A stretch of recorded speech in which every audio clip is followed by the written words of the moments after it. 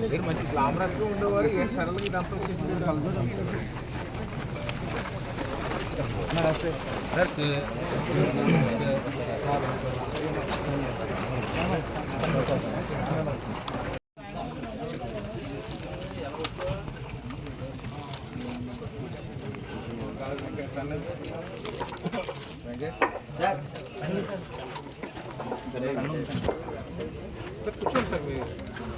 అందరికీ నమస్కారం అండి.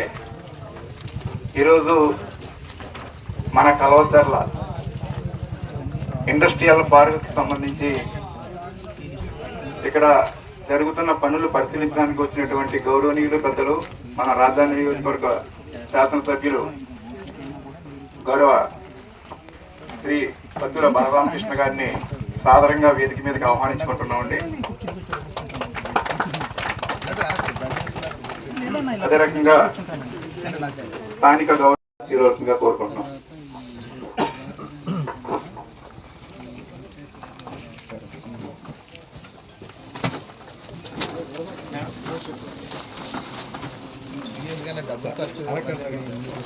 మొట్టమొదటిగా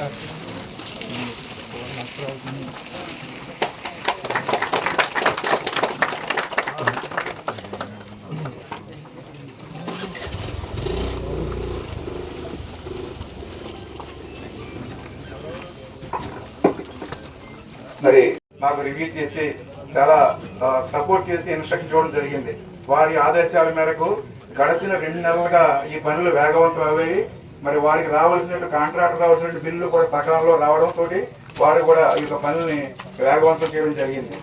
సార్ ఉద్దేశం ఏంటంటే, మరి గతంలో ఇక్కడ ఏదైతే మనం కొంతమందికి గతంలో వేరే చోట అకామిడేట్ చేసామో వారికి ప్రభుత్వం నుంచి ఆ ల్యాండ్ వెనక్కి తీసుకోవడం వల్ల కొంతమంది ఇక్కడ అలాట్ చేయాల్సిన అవసరం వచ్చింది. వారికి అలాట్ చేయగా పోని మిగిలినటువంటి యూనిట్లన్నింటినీ కూడా ఇక్కడ స్థానిక ఈ 3 మండలాల్లో ఈ నియోజకవర్గంలో ఉన్నటువంటి ఎంటర్ప్రైజెస్ మనం ఐడెంటిఫై చేయాలి, వారికి ప్రథమ ప్రాధాన్యత ఇవ్వాలని ఆలోచనతో వారి గతంలో కూడా మాకు సూచించున్నారు. వారి ఆదేశాల మేరకు మేము ఆ రకంగా కూడా ఈ లేఅవుట్ ప్రిపరేషన్ కానివ్వండి, ఎక్కువ ప్లాట్లు వచ్చే విధంగా ఏదైతే ఏపీఐసీ నిబంధనలకు అనుగుణంగా డెవలప్ అయిపోయిన తర్వాత మనకి యూనిట్లు అన్నిటి కూడా మనం ఈ ప్లాట్లు అలాట్ చేయడం జరుగుతుంది. మరి గౌరవ శాసనసభ్యుల వారు వారి యొక్క ఈ కాంట్రాక్టర్స్ వాళ్ళు వచ్చారు, వారికి సంబంధించి ఈ పనుల ప్రగతి కానీ వాటన్నిటి కూడా వారికి మేము సబ్మిట్ చేస్తున్నాం. వారు అది పరిశీలించిన తర్వాత మరి వారు కూడా మాకు హెచ్ఓ నుంచి మా హెడ్ ఆఫీస్ నుంచి కూడా వారు అసెంబ్లీలో దీని మీద 2-3 సార్లు ప్రస్తావన చేసిన తర్వాత మరి మేము గౌరవ శాసనసభ్యుల వారు దీని మీద ప్రత్యేక దృష్టి పెట్టున్నారు. మరి ఎంత వీలైతే అంత తొందరగా ఈ యొక్క కార్యక్రమాన్ని పూర్తి చేసి అలాట్మెంట్ ఇచ్చినట్టయితే మరి 3 కోళ్ళు మన కెనాల్ ఉంది కదా, ఇప్పుడు పోలవరం కెనాల్ ఉన్నట్టు దాని నుంచి సబ్స్టేషన్ ప్రపోజల్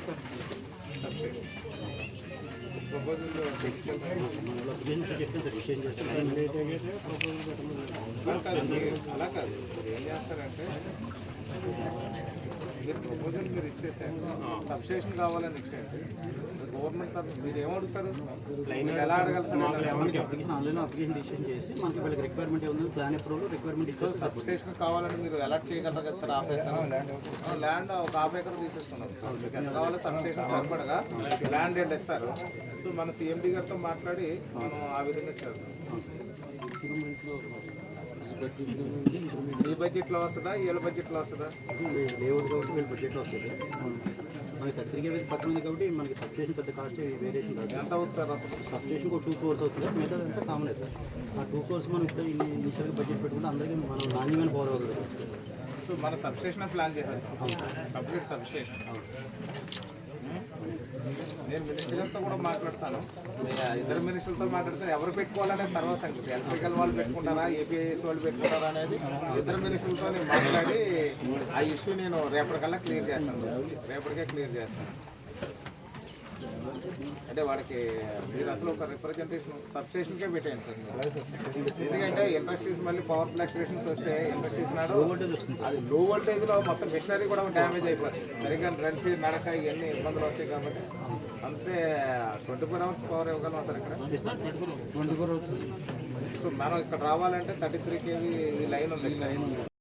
తర్వాత వాళ్ళు ఈ అలాటీస్ అందరికీ ఒక మీటింగ్ పెట్టి మన సింగిల్ డెస్క్ పోర్టల్ ద్వారా వాళ్ళకి అప్రూవల్స్ ఎలా అప్లై చేయాలి, గవర్నమెంట్ నుంచి వచ్చే సబ్సిడీస్ ఏంటి, మన సింగిల్ డెస్క్ పోర్టల్ వల్ల ఉపయోగం ఏంటంటేనండి అన్ని అనుమతులు 7 రోజుల నుంచి 21 రోజుల మధ్యలోనే వచ్చేస్తాయి మనకి. So we need not go to offices.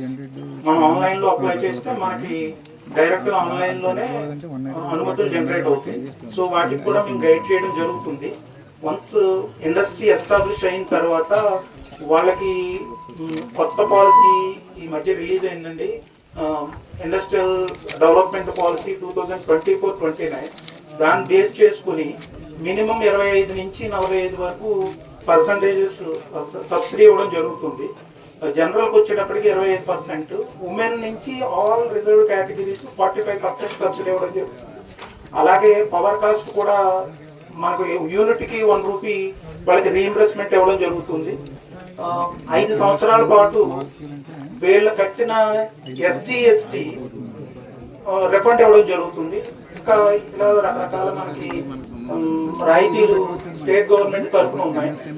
50 లక్షల లోపు అయితే ప్రధానమంత్రి ఉపాధి కల్పన పథకం ద్వారా వాళ్ళకి సబ్సిడీ ఇవ్వడం జరుగుతుంది. అది కూడా 35% ఉంటుందండి. సో కొత్త రివైజ్డ్ ఆర్డర్స్ ఇంకా రాలేదు, అవి రాగానే ఆ స్కీమ్ లో కూడా పెట్టుకోవచ్చు. సో నాకు ఈ అవకాశం ఇచ్చిన అందరికీ నమస్కారాలు తెలియజేస్తాను.